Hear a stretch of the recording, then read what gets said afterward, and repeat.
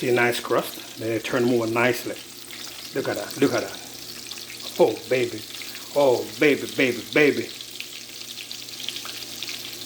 Look at this, look at that color, look at that color.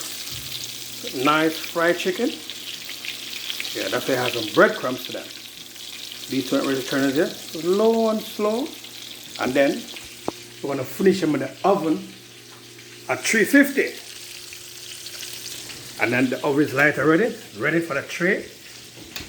Put them on the tray for like 30 minutes until done. Fried chicken, 3-way, panko breadcrumbs, and breading, flour, egg wash, 1, 2, 3, 4.